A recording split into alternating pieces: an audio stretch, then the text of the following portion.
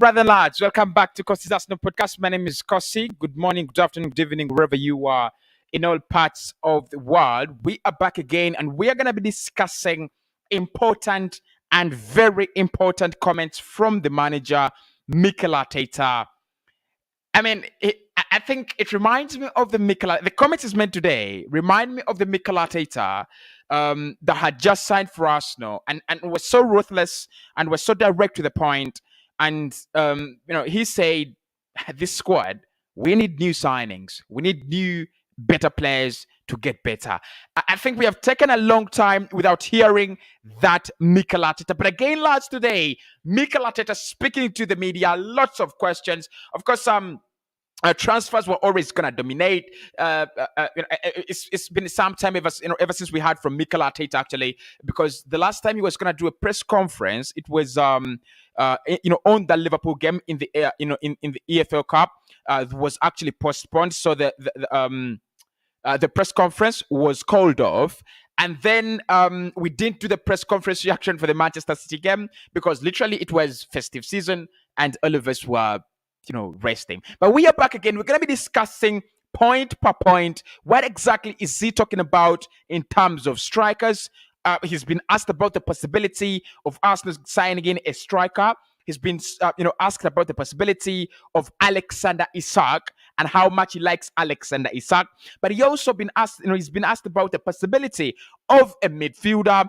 And the comment he's made there, very interesting. He said, "We are really lacking at the moment." Absolutely very, very interesting comments from Mikel Arteta. But also look at the general atmosphere around the club, COVID-19, the new contract of the manager, and things like that. Eddie Nketiah, is he going to stay in January or is he going to leave this month? So he's been talking about lots of stuff. And that is what I want us to get down into. Make sure to smash a like on the video. I'm going to thank everybody who's watched the earlier videos about Dusan Vlahovic. We've been talking about exactly what the situation is, what the club is actually doing, what the club is actually planning on Dusan Vlahovic, and things like that. And of course, the response there in terms of views, very, very interesting. I think this today is the best day this month. 10,000 views already. And then we have the like button hit as well. We are moving very close to 1,000 likes on those videos. So look, I'm gonna say, lads, make sure you hit the like button, make sure you subscribe to the channel. That is the best way you're gonna support this podcast. And also always get involved in the comments, always get involved in the chat. It's another beautiful way to support the channel. I've done all the transfer rumors today on 99 Sport. If you want to check that video out, if you've already checked it out, I've seen Anu, you've checked it out. Thanks to you, my lad. You've sent me a message and you said you are in Nigeria, so I need to link up with you. I think it should be through the Cash App, and I see how I can actually get your your jazz. I think it should be through the cheaper Cash App. I think it would be easier. But anyway, lads, we are back and we are going to be discussing Mikel Arteta. But before we get into Mikel Arteta, David Ornstein has actually come out and put out a very, very strong statement. I've hinted on it in the last video. He's actually come out and said Arsenal have shown absolute aggressiveness in terms of spending and splashing the money. And he has said Arsenal will spend money, in the upcoming transfers, whether it is from Kroenke and Sports Investment or right from the club. So we are going to spend money. And this is from my man, David Ornstein. He said Arsenal will spend money. They will spend money on signings, whether backed by KSE, Kroenke Sports and I think Entertainment or Enterprises, I could care less, or not backed. And he has said that Arsenal will take advantage of release clauses. When he says release clauses, then you think about Alexander Isak, really. I mean, it's fascinating, but you just think about Alexander Isak because with Alexander Isak, I think his release clause is 77 million euros. If Arsenal can just trigger that, like, boom, trigger it. And I just wish, Vlahovic had it, a release clause. Like, you just trigger it and then you have the consent of the player and things like that. But he said that Arsenal will be looking at taking advantage of the transfer situation. Of course, that means players whose contracts are running down, players who want to leave the club, and things like that, and also taking advantage of release clauses. And very shortly after that, Mikel Arteta came in for his press conference, and now confirming that Arsenal really need signings in January, and he's made very very interesting comments in that line that Arsenal will be at least going for a midfielder or a striker or things like that, and we are really going to dive into that. I think if you've not watched this video, if you've not watched the videos I've done earlier, make sure you do check them out because they summarize the transfer situation and rumors and and the updates around the club until we meet tomorrow. Right. So let's get to Mikel Arteta's press conference, and I want to start right exactly on the transfer spot, and then we'll try to speak about the other parts of the interview then later. On Ainsley Maitland-Niles' proposed loan to Roma, loan move to Roma, he has said Ainsley came to me and explained the reasons why he thought that the best thing for him in his career right now is to move away. He believes that the opportunity to move to Rome and working under Jose is a great one. And we already had this conversation in the summer, and we decided to keep him at the club and assess the situation in December. But with the amount of minutes that he has played, he's entitled to that opportunity. And when a player feels that way, he has a strong argument and when a player feels that way and has a strong argument like he has, it is very, very difficult to turn it away. So we decided to let him go, and we wish him all the best. So that is first and foremost on Ainsley Maitland-Niles and why he left the club. But I thought actually it was a mistake for Arsenal to keep Ainsley until January. But again, I think this is something we are benefiting out of, because again now Arsenal definitely have to go for a midfielder after Ainsley going away. It's a very very great great point, very great point. But I think in that little excerpt, what is interesting is he says we already had this conversation in the summer and we decided to keep him and assess the situation in December. So December, what exactly is he assessing? He's assessing, they're assessing the possibility of getting in a new midfielder. And I think the idea that we have let Ainsley go shows that Arsenal are positive, very, very positive of getting in a new midfielder, whether on loan or on a permanent basis. That one is not yet confirmed, but at least I can say at this point in time that we will be getting in at least a midfielder, right? Because again, Mikel Arteta, they're confirming that we've assessed our options in December. And there is some kind of green light now that we can go for some sensible transfer in January. Then Ainsley can leave, Partey in January as well to AFCON, and then to AFCON as well. And of course, we'll get to the midfield crisis. We'll get to the empty midfield at the moment. It's been speaking about it very very strongly. And I said at the moment it's a little bit it's an area where we are really really short in terms of numbers. On whether we could sign a striker in this transfer. Look. Interesting comments here. Interesting comments here. Actually, before we get to that, hit the like button, people. Hit the like button. If you have not hit the like button and you're watching live, it's unfair. Hit the like button. So he was asked on whether we are going to sign a striker, in this transfer window, right? And this is what he said. This interview, could we just? It's interesting. It's very interesting. All right. So. This is what he said on whether we could sign a striker in January. Not clause, right? He didn't clause it. This is what he said. We have a real situation in that position because obviously you're talking about three players with different issues at the moment. But we have to live with that, and so far players that are here are fully committed. With Flo, we will see in the next with Florin Balogun, we will see in the next week or so what is the final decision on that. But for the rest, there is something that is new, and we are going to have to live with that until until the end of the season. He's talking about Nketiah. Aubameyang and Lacazette. Right. So very interesting, very interesting comments here. Very, very interesting, because look, if you've done PR, if you've done some PR analysis, he was never going to come out and say, yes, we're going to sign in Isak and Vlahovic. He was never going to say that.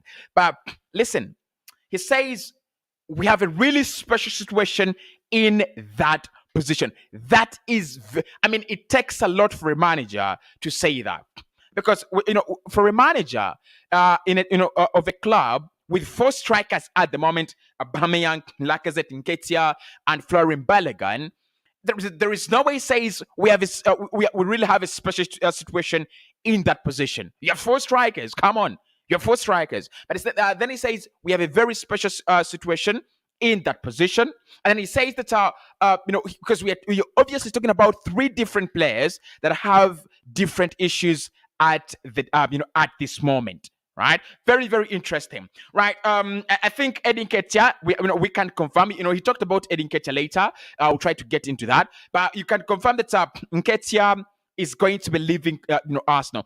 If not in January, then in the summer.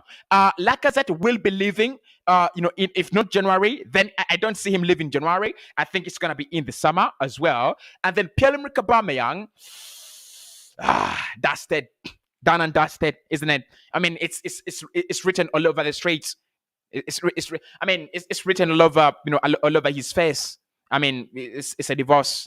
That kind of divorce that really, really is out for everyone to see. It's that kind of divorce that you can't hide it. You've split the world world apart, and it's the kind of separation that it really, really is not amicable, right? So I think it speaks very, very well about this. I think in January, Arsenal will try to sign a striker. So David Ornstein, back to David Ornstein, and I would love to get this quote last. Just give me a moment. There is a quote that has actually come out, in the last few hours about Arsenal and what we want to do with Vlahovic, and I think it's really interesting. Feeding it with Mikel Arteta's comments. Very, very interesting from one of the most top journalists at the moment. Right. I hope I get that. Yeah, so it's from Ben Jacobs, right? It's Ben Jacobs, and this is what he said. So make sure I do give him a follow on Twitter. He works with CBS Sport, Golazo, right? Make sure I do give him a follow on Twitter, and obviously do follow me on Twitter as well, because I always tweet and retweet about these comments. So this is what he said. Arsenal continue to push for Dusan Vlahovic in January rather than in the summer. Very interesting comments. Very, very interesting comments. Very strong statements from Ben Jacobs. Arsenal continue to push for Dusan Vlahovic in January rather than in the summer. And then he says they are serious suitors. The Fiorentina forward remains preference ahead of Alexander Isak. Brilliant. Brilliant, brilliant, brilliant. Now we know where we stand between the 2 strikers, and I think Team Vlahovic, right?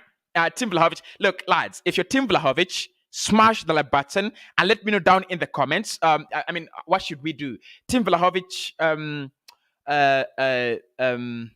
What should we do? I mean, just type in the chat Vlahovic, because I'm Team Vlahovic. Everybody knows that if you've been on this channel, and I know out of the 100 people watching, eight of you always watch these videos of me. So I'm Team Vlahovic, not so. So if you're Team Vlahovic, type Vlahovic. If your team is Isak, then type Isak in the comments. But I think Vlahovic will win, definitely. Vlahovic will win. And of course, starting tomorrow, we'll have our polls back and we'll start voting on who should be joining and who shouldn't be actually joining. But listen, so Ben Jacobs, after Mikel Arteta saying that we have a very special situation in that area, you have 3 players that are obviously having 3 different issues.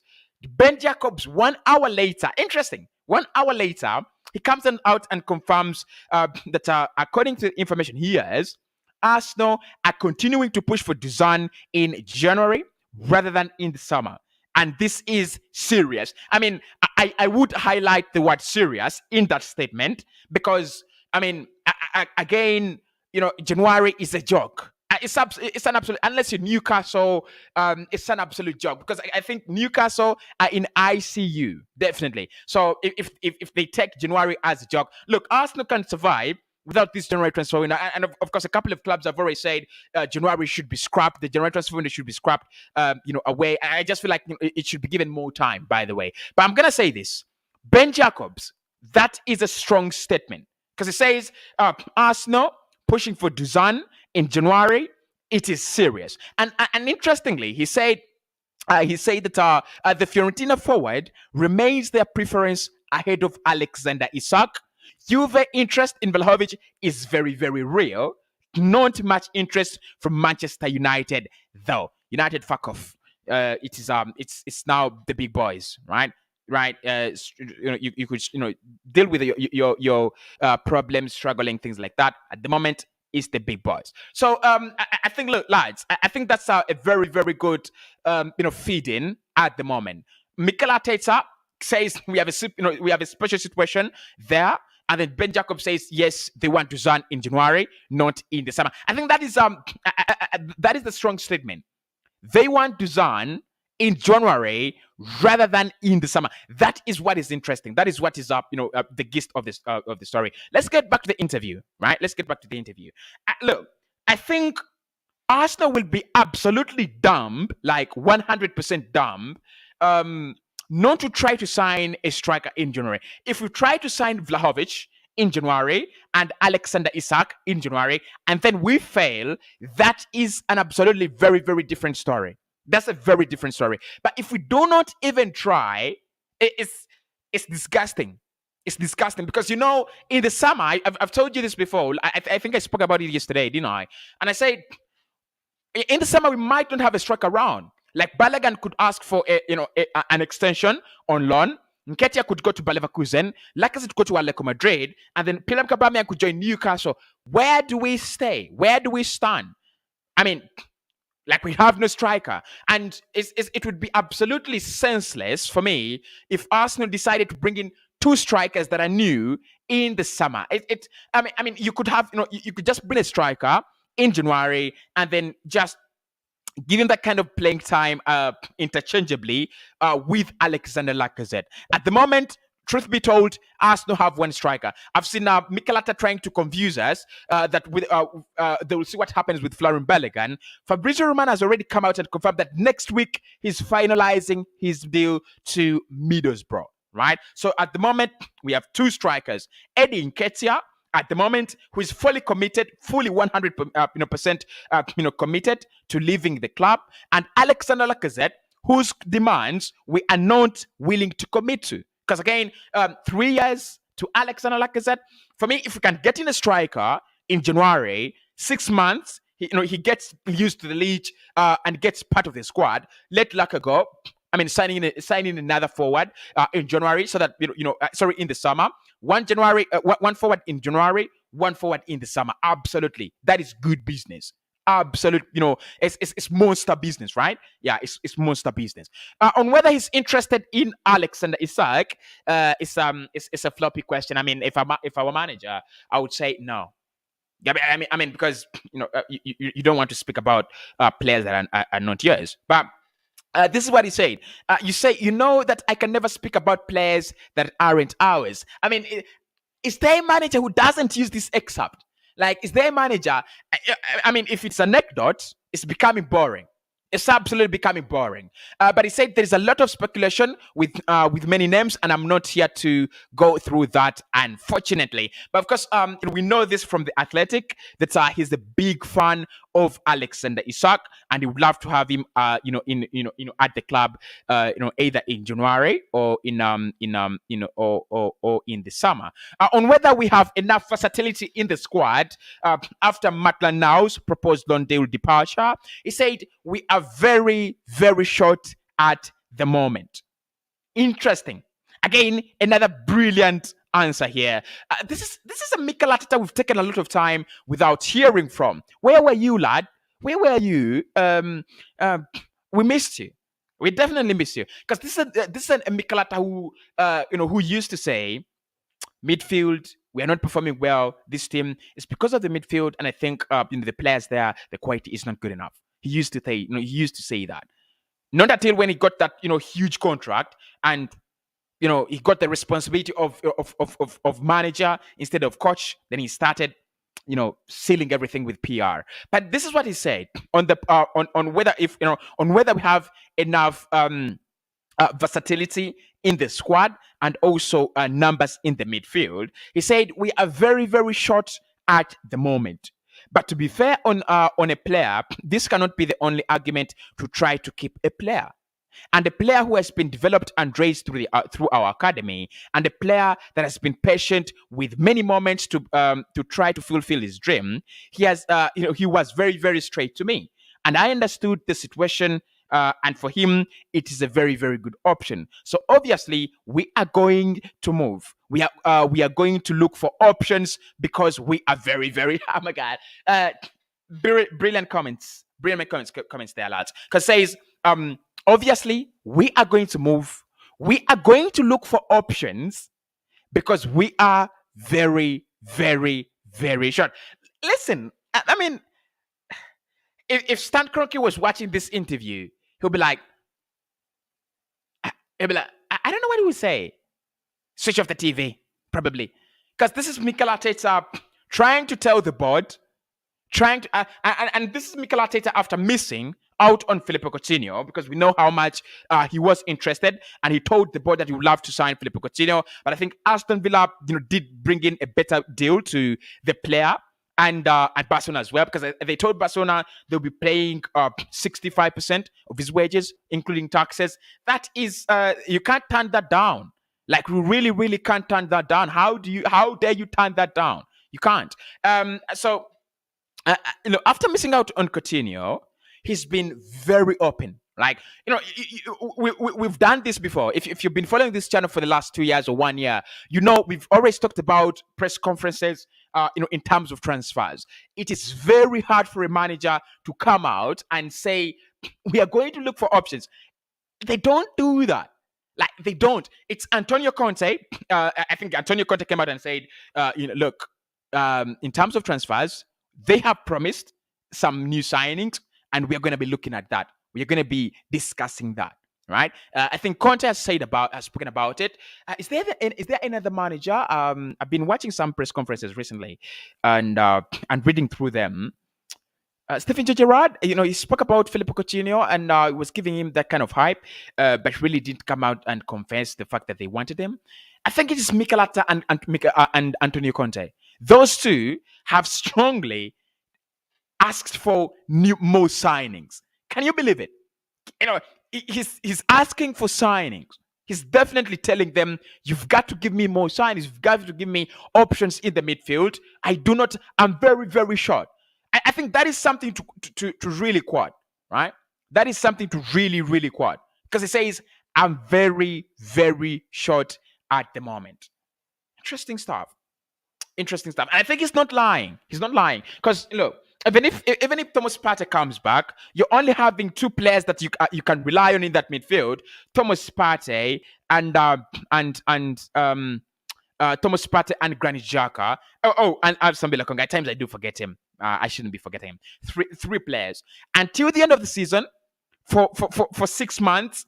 For 5 months now, January, February, March, April, May, 5 months. If you want to qualify for Europe, you've got to add your options. You've got to broaden your squad. You've got to add quality. The likes of Charlie Patino and Omar Hutchinson are coming in very, very well. Brilliant job. Then you've got to think about that life. Without Thomas Partey, without your top players in the midfield. I think that's what Mikel Arteta is looking at the moment. Definitely. That's what he's talking about. That at the moment, quality-wise, versatility-wise, in terms of midfield, it is empty. We are very, very short of numbers at the moment. And look, I'm giving him 100% applause on that. I mean, he rarely doesn't do that, does he?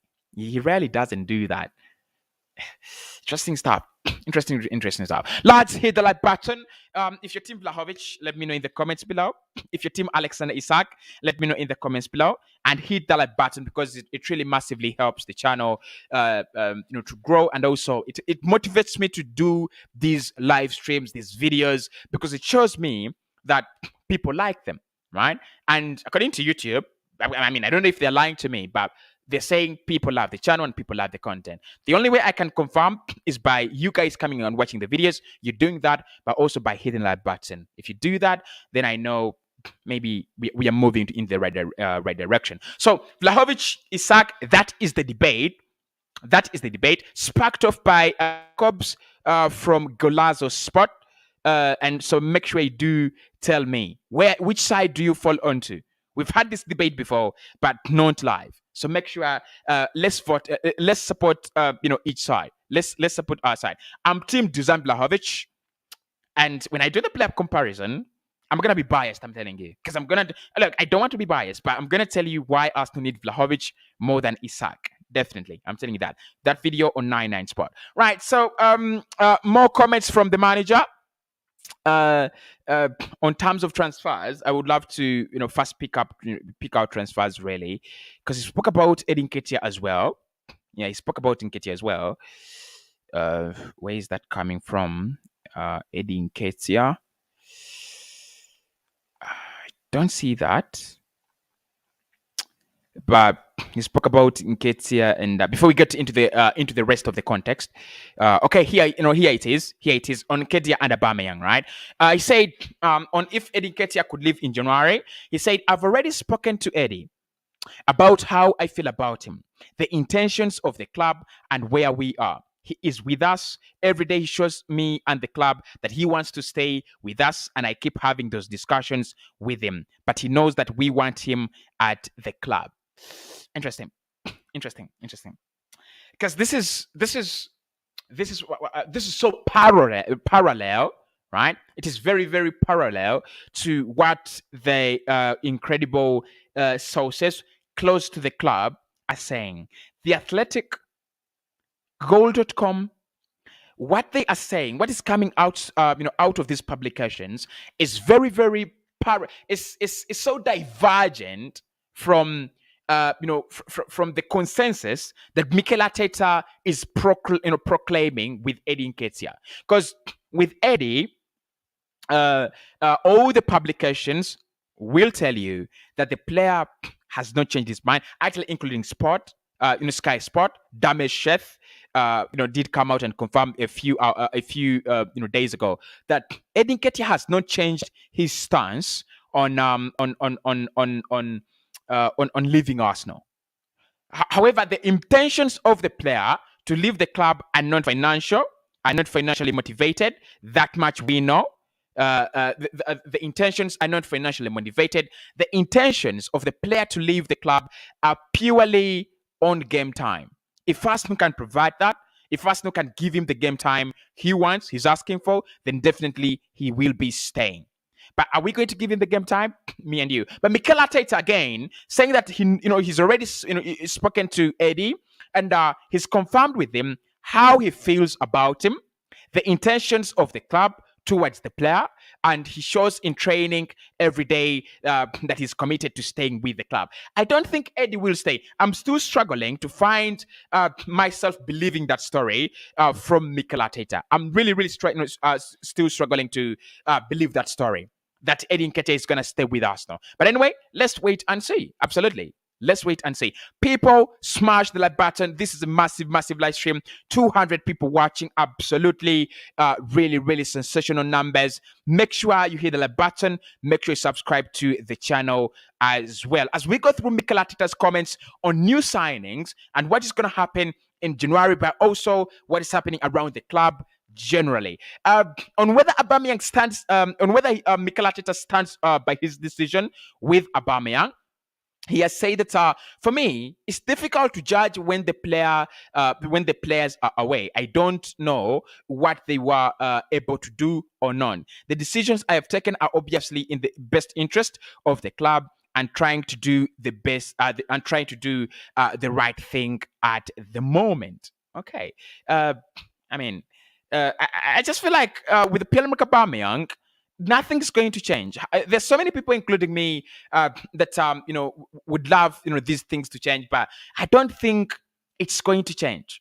I don't think that situation is really, really going to change. It's not going to change. Definitely, it's going to stay like that. It is all about Arsenal fans moving on from Aubameyang and doing other things. It's not going to change. It's a situation we've got to we've got to accept. Whether we can welcome it wholeheartedly, personally, I can't. I think it's a bit of a disgrace, but he's brought it onto himself. That's all I can say. Player power, the idea of player power. I've talked about player power if you've watched me on Nine in Sport. I've talked about player power when I was talking about Manchester United and the crisis, and I said, look, there could be player power, but these organizations are still bigger. They're very, very much stronger. United, Arsenal, Chelsea. We've seen pigments of players trying to stand up, and it's not working. It's not working because the moment you rebel as Aubameyang, there are three more strikers that are waiting for your place. Lacazette doing well. Nketiah is waiting for your place as well, and Balogun as well, right? And Arsenal now have the financial muscles to go for a player in January, to go for a striker in January, who's currently better than you because you're not even in form. So I think with Aubameyang, I won't commit much, but I think the idea of player power is not really working for me. Now, Arsenal have launched an all through white jersey. I don't know if you've seen it. But if you've not seen it, can I share a picture? I think I can share a picture really. So Arsenal have launched an all-white jersey, and it is inspiring. It is inspired by the love to stop the killing and murders of teenagers in London. So Arsenal have launched that all watch campaign, and actually it's called No More Red campaign. It is called a No More Red campaign, and it has seen Arsenal come up with a jersey in partnership with Adidas that is all white. It's an all white jersey. I mean, I wish I could just share a picture. I wish I could share a picture. Arsenal, where are you? We've been trending around here. Been trending around there. Can't find it. I've retweeted it all the time, and suddenly I can't find it. Right. So so on the campaign, on the No More Red campaign, Mikel has been speaking about it, and he said, well, obviously, we have been really involved as a club over the years with knife crime, and we have the capacity to give exposure to those to that issue in London. And everyone at the club has been extremely supportive, especially with the players and our sponsor Adidas, who have been exponentially. Who have been exceptionally good to come with some great ideas to support that, and I think it is really really beneficial. On the players' reaction to the campaign, he said they have been aware for a while that this campaign has been trying to get done for a long time, but because of the COVID issues, we haven't had a chance to do it. We are going to do it now for the game on Sunday, and they are extremely supportive of it. So on Sunday, listen, lads, on Sunday, Arsenal will wear an all white jersey, white shirts, white shorts with white words. I mean, what I didn't like about the jersey, I just couldn't find the picture. What I didn't like about the jersey is that it is white, and then it is having white words as well. Like I just thought that I just thought that just to be better, it would have been white with black. I mean, the words the words and fonts could be in black. But if you've seen that jersey, I mean, it's all white. It's definitely all white, and there is nothing that we can actually change about that. But moving on, lads, to the other statements on the cases around Arsenal. He said on what support will be given beyond Sunday on that campaign. He said there is a lot of work that is done outside of the lights, and a lot of people that have spent a lot of effort to try to design different ways and ideas in support of that cause. It's not something that is going to be resolved overnight, but certainly giving it the exposure and the attention that is needed, then hopefully many other people can jump onto this initiative and try to resolve it, because it is a big issue right here in London. On the possible chances for young players to play on Sunday, there is a possibility that Lokonga and Charlie Patino, together with Xhaka, could be playing in that game. So we could see a midfield trio of Patino, Lokonga, and Xhaka. Let me ask you lads there in the comments below: would you love Charlie Patino to take part in that game? Right? Would you love to see Charlie Patino start in that game? Because definitely 100% Cossy would like to see that. Definitely 100%. I would love Charlie Patino, because the goal he scored against Sunderland, I mean, it was 8 minutes. I looked at his movement, and the finish was professional. It was sensational. It was magnificent. It was generational. That is a finish. There was a lot of composure. Yes, he's in there. And if you look at Charlie Patino playing with the under-23s, you might feel like he's under panic, he's under pressure, and he could make a mistake, but he doesn't make a mistake. I think he's composed in that moment. It was a beautiful finish. I would love to see him more. Getting more game time, because again we are playing a kind of a weaker side. You could like City have done today. Let me just read for you the Manchester City lineup. They have played Stephen in goal, Walker, Diaz, Ek, Cancelo, Rodri, Gundogan, De Bruyne, Palmer, Bernardo, and Jesus. So what they've done is that they have played Palmer and they played Palmer and Jack Stephen. I think it's a good initiative, an opportunity for young lads. Very, very good opportunity. I mean, we take on Spurs next. You could give Patino some playing time. Let him start and we see, because for me, is really, really exciting. On the possible chances for young players, he said that we have a young squad. A lot of them are already really, really young, but we will assess the squad. We still have some issues around it, like it's happening everywhere. In every single match, and he says in every single match tomorrow, and when we have done the last training session, and every test back, we will know who is available, and we'll try to go there to win that match, which is going to be difficult because they have changed their team. So I expect it's going to be a tough match. Nottingham Forest, it's going to be a tough match. No, it's not going to be that much, really. On recovering from COVID, he said, I feel good.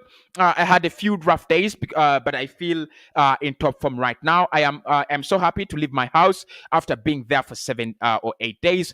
I'm really really good. On Manchester City scoring the winner, right? I wanted this comment.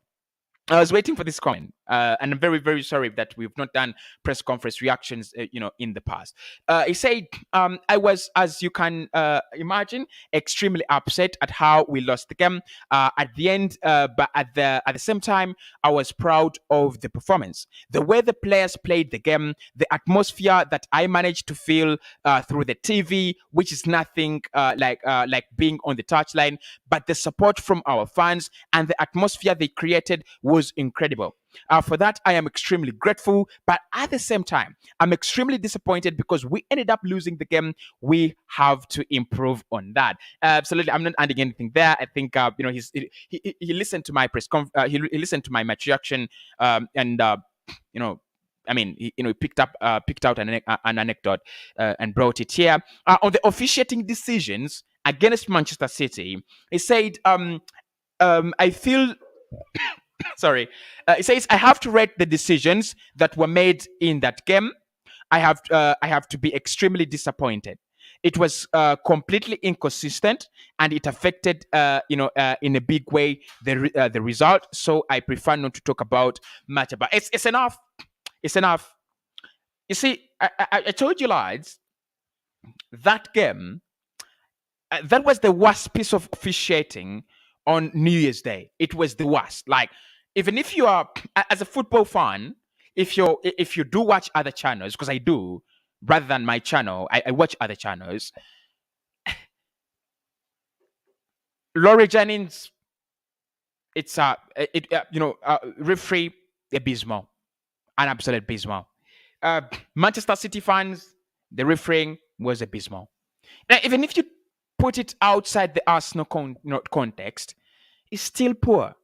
Even if it is Swindon Peterborough, that officiation was poor. And Mikel says that it says, if I have to rate the decisions that were made in that game, I'm extremely disappointed because it was so inconsistent. That's what he says. It was so inconsistent. Yellow cards to Arsenal, no yellow cards to Manchester City. No, on the same number of fouls in the same places, with the same kind of fouls. It was so inconsistent. But anyway, Mikel says he prefers not to talk much about it. On the Liverpool game being postponed, he said, we wanted to play the match, but you have to understand that clubs are having lots of issues. People who are in charge make the final decision whether the game has to be played or not. And I believe they should have enough arguments not to play the game. If the authorities manage to postpone the match, but of course, we wanted to play. On team news and any COVID-19 cases, he said, I will have them, the players, all tomorrow. We have some issues, but we will know more about who is available and who is not available tomorrow. On if the FA Cup feels like our trophy, it says, of course, we want it, and we have an incredible history related to the competition, but we have to go game by game. Every game in this competition is extremely important and difficult. We are gonna go to the Forest. We know the atmosphere there. We are going to face the team that we are going to play, and you have to go step by step if you want to get any further.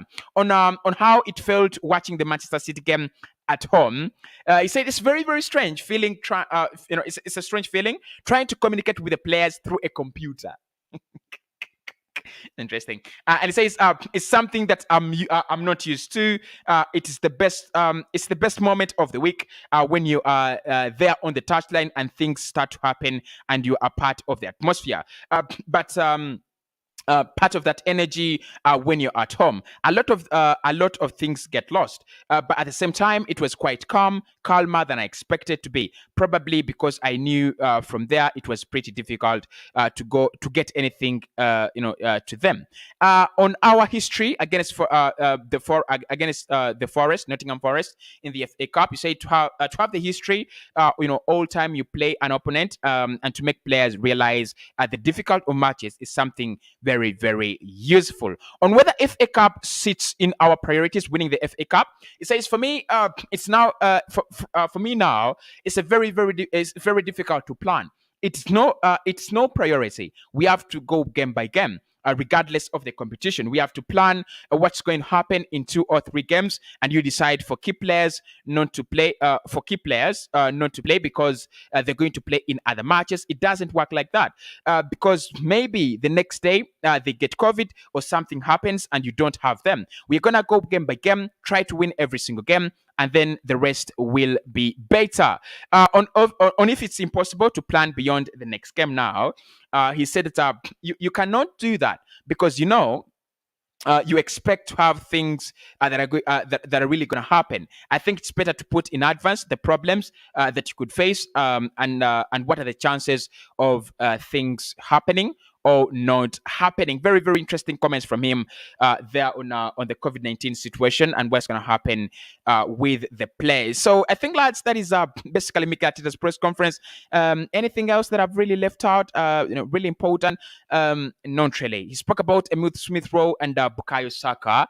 as well. Right. So let me get to some of your opinions. Hit the like button, people. Thanks everybody for watching in. Thanks everybody for always coming back to the channel. It really absolutely means a lot to me as an Arsenal content creator. So make sure you hit the like button and make sure you do sign.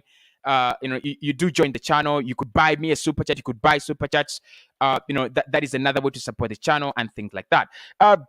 Colin says no. No Coutinho going in Aston Villa. That is a done deal. That's a done deal. Coutinho to Aston Villa. I've done that story on 99 Sport. Make sure you do check it out. My man Tony says, hit the like button, people. Always do that, lads. Always do that. It massively helps content creators. If you want to ever support your content creator, that's the best way. Just hit the like button. Okay. David says, have we signed Coutinho? Aston Villa have taken him. Aston Villa have signed Coutinho. I've done that story on 99 Sport, but I'm very, very sorry Aston missed out on that. Thomas Fury says, hi, Cossy, how are you doing? I'm definitely very, very good. How are you doing? Liverpool has only 3 players with COVID. I mean, that is a point to talk about. That is a point to talk about. I think Liverpool, they didn't register as many new cases as the report suggested for the game to be postponed. I don't know why they decided to call the game off, but I think they've just seen it that the Premier League has gone. If there is a chance for them to win any silverware, it is going to be in the EFL Cup, FA Cup, probably the Champions League as well. But I think the Champions League is going to be very, very difficult. And they've decided, because Mane and Salah are away, and COVID-19 is an excuse, why don't we just postpone the game? I mean, they've developed cold feet. They really developed cold feet. And I stand by my word. They developed cold feet in that situation. You know how much I really rate players' health over anything else, but I think they really developed cold feet. Clint says Vlahovic is good according to the age bracket, but Isak is also in the same age bracket as well. Clint's. Jonathan Kamara says we need to buy Dusan Vlahovic very, very soon.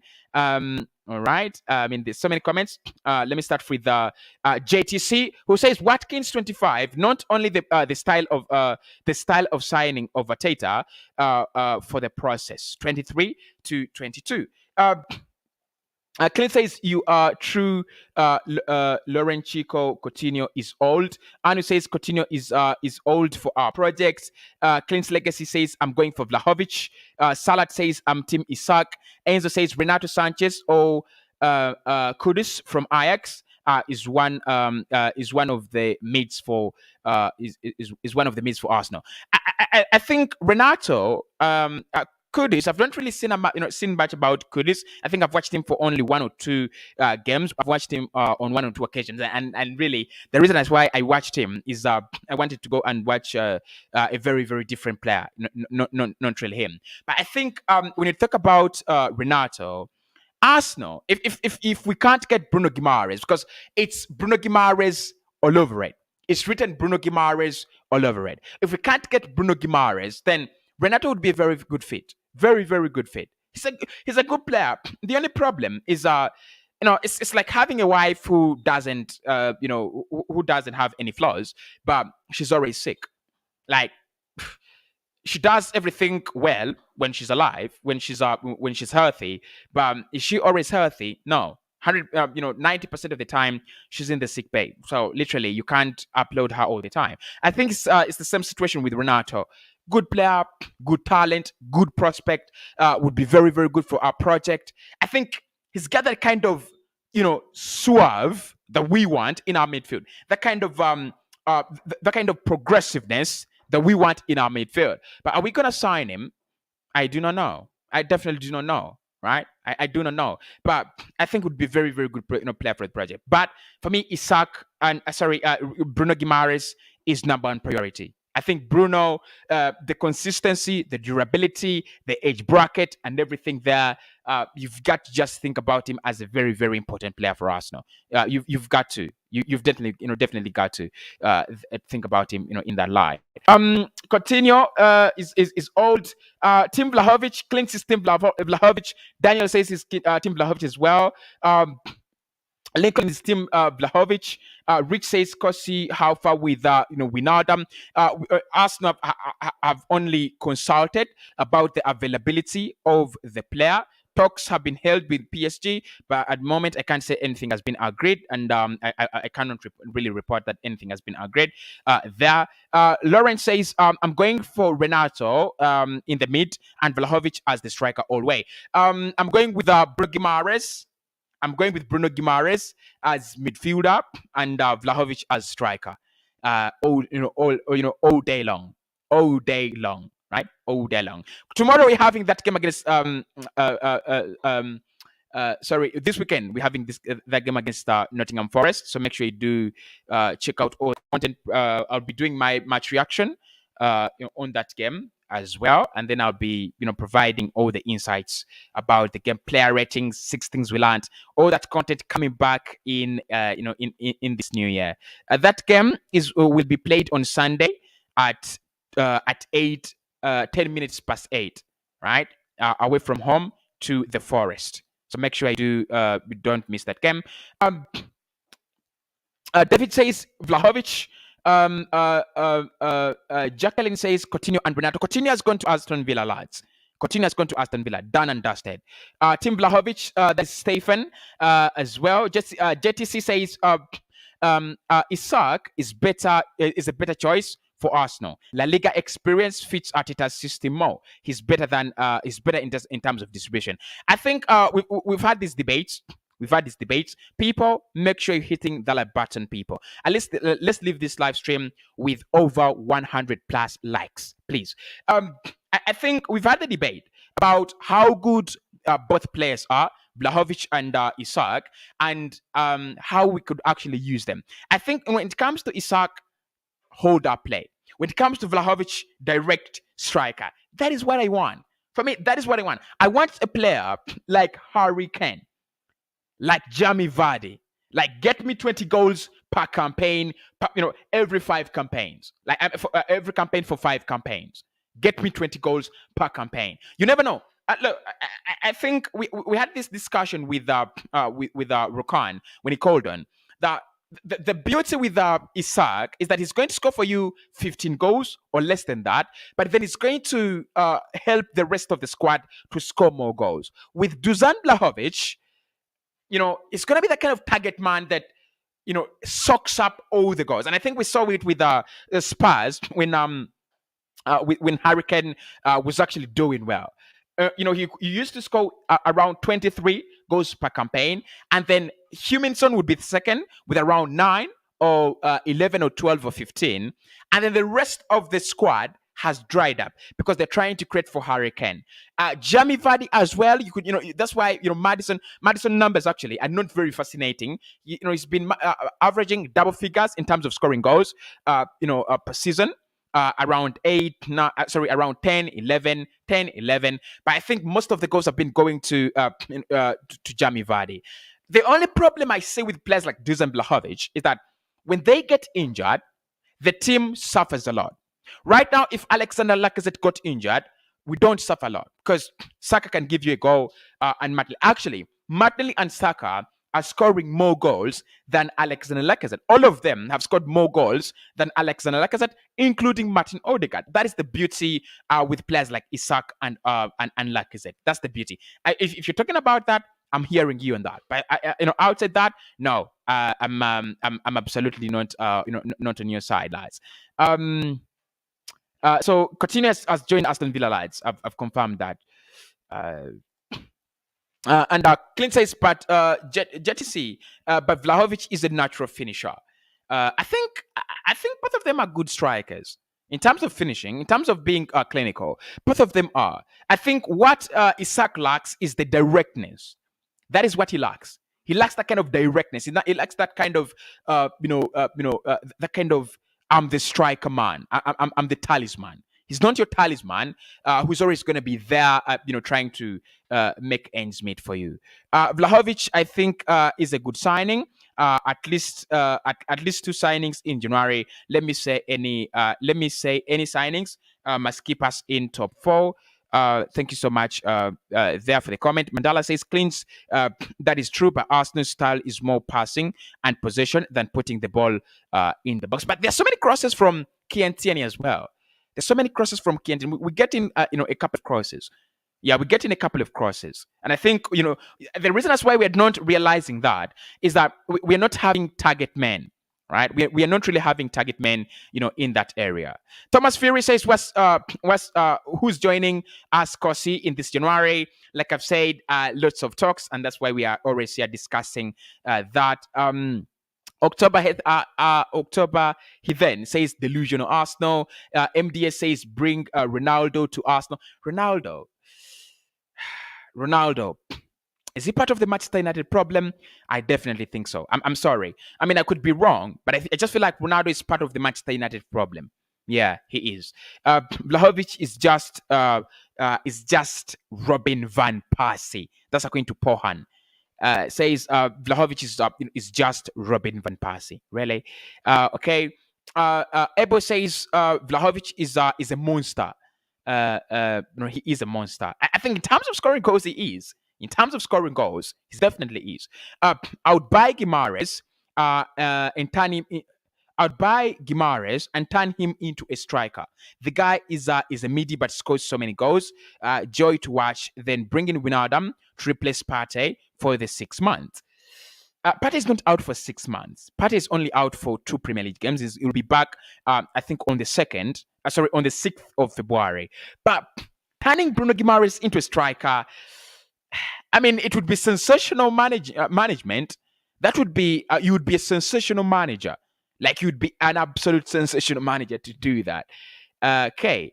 To me, bro, why Arsenal don't sign big players? Okay, let me explain this. Let me explain this.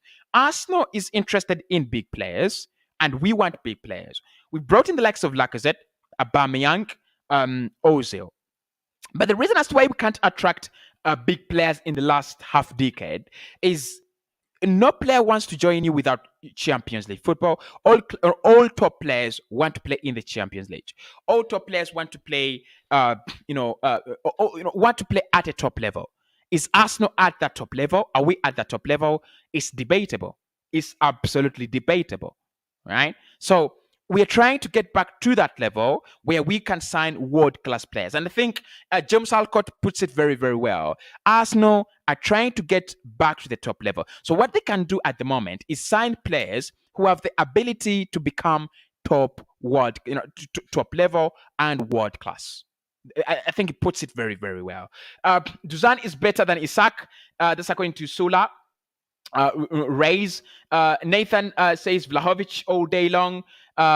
Chris says misses the show. Cossy's big ups, lad. I'm happy. Cossy with what's the probability of Guimaraes joining and Dusan? I think with Dusan we have to take things very, very patiently. With Guimaraes, the same thing, because these are open deals.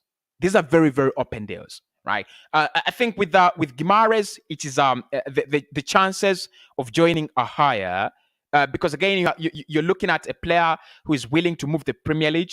You're looking at a team that is willing to sell if the right amount of money is placed on the table. So we've got to take these deals slowly. But with Guimaraes, if Arsenal can pay the money, 100% we can get him in January. With Vlahovic, if we can just bang that salary on the table of the lad, 100% we can get him in January. So very, very positive deals. Very positive deals. Can we get them in January, both of them? Maybe not. Maybe yes. I can't really commit myself to the fence.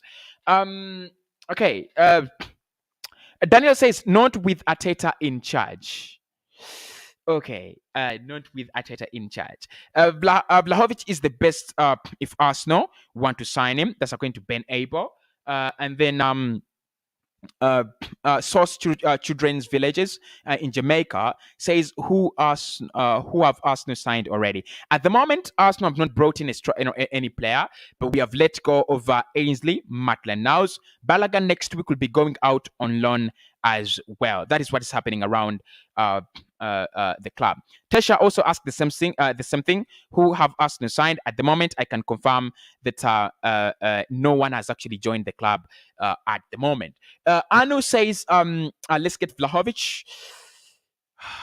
Okay. I can see Team Vlahovic. You're so many, and you can see, lads, that there are not so many Team Isak, people, Team Isak people in the comments. You can see that. Yeah, there are not so many people who are Team Isak. MDS says Mesut Ozil. Arsenal definitely missing that factor, because Arsenal don't have an attacking midfielder like him. What is the future? What's the future of Mesut Ozil in the Premier League? Instead, he is still showing his class in Fenerbahce.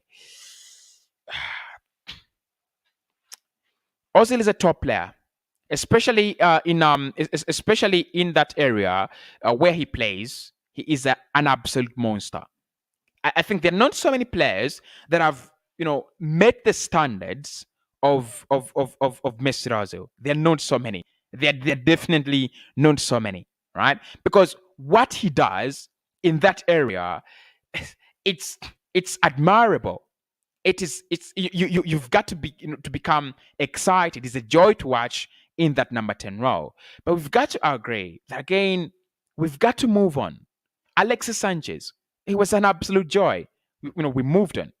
So we've got to move on. At the end of the day, it's Arsenal Football Club, bigger than any other player, right? Bigger than any player. Vlahovic will end up at Spurs or stay where he is, not at Arsenal. Dennis Power, I like your opinion and I respect that. Blood, any updates about Laka? Blood contract, Chris Mwaka. Lacazette contract, it is on the table. He's not signing it at the moment because we are not giving him the amount of time that he wants. He wants 3 years. We're giving him 12 months. Yeah, that's the update. Hit the like button, people. Semakulatone, thank you so much, my man. Says hit the like button, people. We can get it to 500, can't we? We can get it to 500. I mean, this is a massive channel. This is a massive community. Hit the like button, people. Clint's Legacy says Arsenal should be more clinical in finishing in Champions League football. I think why I would really die for Vlahovic is Champions League. In the Champions League, those are things that really matter. How many goals do you score? How many chances do you create? How do you finish the chances you create? I mean, I've seen top sides like Borussia Dortmund. If you've been following Dortmund this Champions season, they've been absolutely dreadful. But they're quality side. They're definitely quality. They have Haaland. They have Bellingham. They have Giovanni Reina. They have Macarius. But I just want Vlahovic for Champions League. It would be a statement signing. A big statement signing. Vlahovic, Guimaraes are the best. Big up to you, Cossy. Thank you so much, Sam. Daniel Booth says, we need a manager who does not buy young mix. Mix it up with experienced players that will work Arteta and Edu Kroenke out. We need our club back. This is according to Daniel Booth. I think the project that Arsenal have started, it is too late to stop it. Yeah, it's too late to stop the project that is already running around. It's too late. It's definitely too late. So we've got to back the project now. And I don't back the process. I want to back the project. David and Bruno Guimaraes is the best idea, and Isak is not strong enough. It's not strong enough for Premier League. I mean, we've got to stop this talk of energy, gym. The Premier League needs some physicality. You've got to be physically strong, but it is not. It is not. A Game of Thrones. It is not WrestleMania. It is not money in the bank. WrestleMania. It is not Wednesday Night Wrestling, WWE. We've seen clever players, succeed in the Premier League. Dimitar Berbatov is a classic example. Dimitar Berbatov, classic example. Good at Spurs, good at United. So look, the physicality is needed, but if you're a good player in the Premier League, you will definitely succeed. You will definitely succeed. Edwin says, Isaac is strong. Isaac is strong, young, energetic, talented player compared to Vlahovic. And when you compare the two leagues, La Liga is more competitive. Who says so? Who says so? For me, they're all crap leagues. Honestly, they're all crap leagues. They're all crap leagues. But in terms of talent, both players are really talented. You can't take in. And in terms of energy, I think Vlahovic is more direct and energetic and strong. I think what Isaac has is he's a more clever player. He's a more team player. That is what Isaac has over Dusan Vlahovic. Um, Comparing La Liga and Italian Serie A, I'm lucky that when I pay for my Showmax subscription, I can watch the Italian Serie A. I can also watch the Spanish La Liga. But I can tell you this: I can watch more fixtures in the Italian Serie A than in the La Liga. I can watch Atlanta play. I can watch Juve play. I can watch Roma play. I can watch AC Milan play, Inter Milan, Napoli, Fiorentina, and those are around seven clubs that I can, and probably if on a good day, I could watch a match Udinese versus Sampdoria. But in the Spanish Liga, how many games can I watch? I can watch Madrid, Barcelona, a dreadful Barcelona. I can watch maybe Sevilla, but the rest of the league is boring. The rest of the league is boring. The rest of the league is played at a very, very slow tempo. Is it very competitive in La Liga? I don't know. I don't believe so. Look, people want to believe that La Liga is the Premier League first and then La Liga next. Because I mean, have we got the wrong picture of La Liga because of Ronaldo and Messi? Have we got the wrong picture of the Liga? We've got us to ask ourselves that question. Cossy, are we going to have a right? Are we going to have a right backup? For Tomiyasu in January, Zubail in January. I don't see that. I don't see that happening in January. Really, not that. Maka says we do have Odegaard like Ozil. I don't regret him at all. I think Odegaard is becoming that kind of player slowly and surely. He's adding goals to his game and he's adding that kind of risk taking process. I think he's doing it very, very well. By the way, big up to Daniel who says Calvert-Lewin would be good for us. Already knows the Premier League. HK says is Vlahovic moving to Arsenal this January? And does he want them to move there? Sula says, Cossy, I think Smith can do what Bruno Guimaraes. No, he can't. He can't. Bruno Guimaraes, listen, lads. Bruno Guimaraes is a very different profile of player from Smith Rowe. Both of them are very good players, but they're different profiles. Like they're very, very different profiles. Very different, absolutely different profile of players. They're so different. They're not the same. They're definitely not the same. Okay, Anu, my man, I was about to log off before getting your comment. Says whether hold up play or not, we need a point who will bang in goals. Games in, game out. I will be happy to see Vlahovic in an Arsenal jersey. Thank you so much, Anu. And of course, I'm going to say thanks everybody who's been watching in right about now. These people at Melbet are saying, please do sign up with them. This is their message.